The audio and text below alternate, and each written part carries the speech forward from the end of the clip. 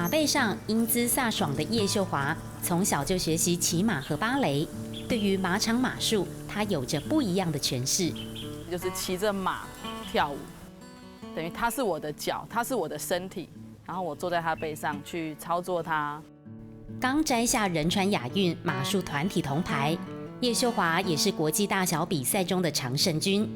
但荣耀背后是将近100次的摔马，左肩和膝盖各开刀2次，肋骨也曾摔断3根。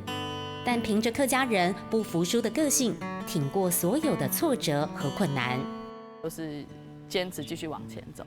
那这个部分当然来自于我妈妈是客家人嘛，那她这种坚持啊，这种坚毅的精神，当然是有影响到我。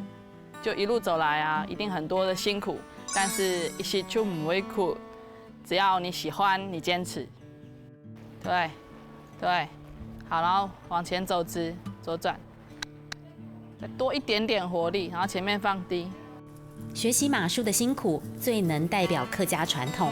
不畏艰难的个性，在教导马术的同时，叶秀华总是在小细节里让学员了解传统客家百折不挠的精神。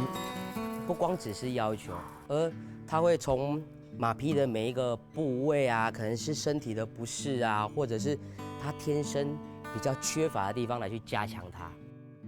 叶秀华花了20年，让孩提时的梦想成真。客家女孩实现了不平凡的梦想，也让人见识到客家人百折不挠的精神。上课喽！